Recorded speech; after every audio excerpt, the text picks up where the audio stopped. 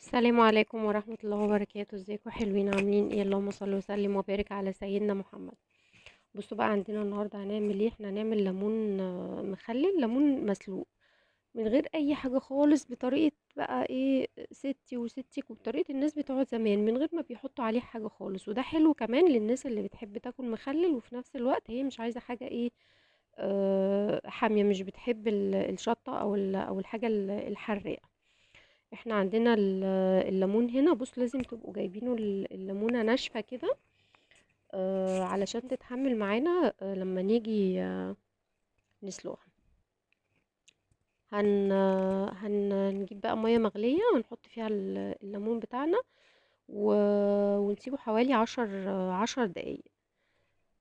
انا عن نفسي اول لما، بصوا زي ما انتوا شايفينه اهو، بصوا كده، انا هطلع لكم كده ايه تشوفوه. بصوا شكله عامل ازاي. بصي تحسي بيعمل فتحة بسيطة كده. انا لما بلاقيه كده بطفي خلاص عليه، وبعد كده هطلعه بقى، هبرده واسيبه يبرد. طبعا ببقى غالية غالية مية.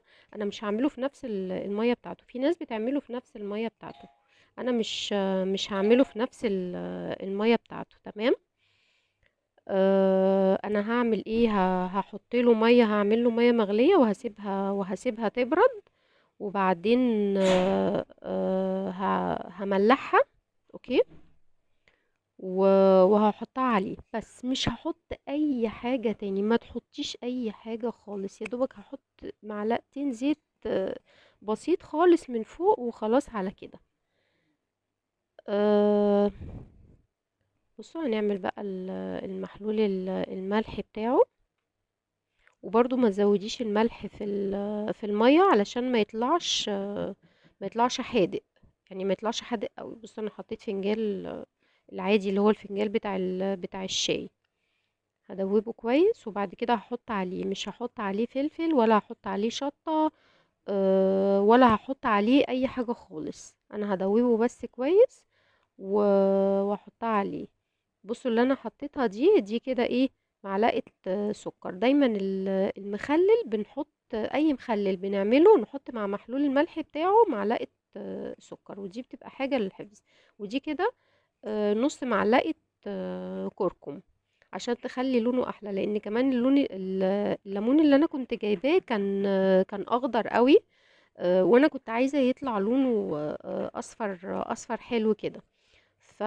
فقلت احط له معلقه كركم كمان، ايه، تظبط اللون بتاعه شويه. تمام. معلش، دي فلافي بتهوهو يعني، معلش.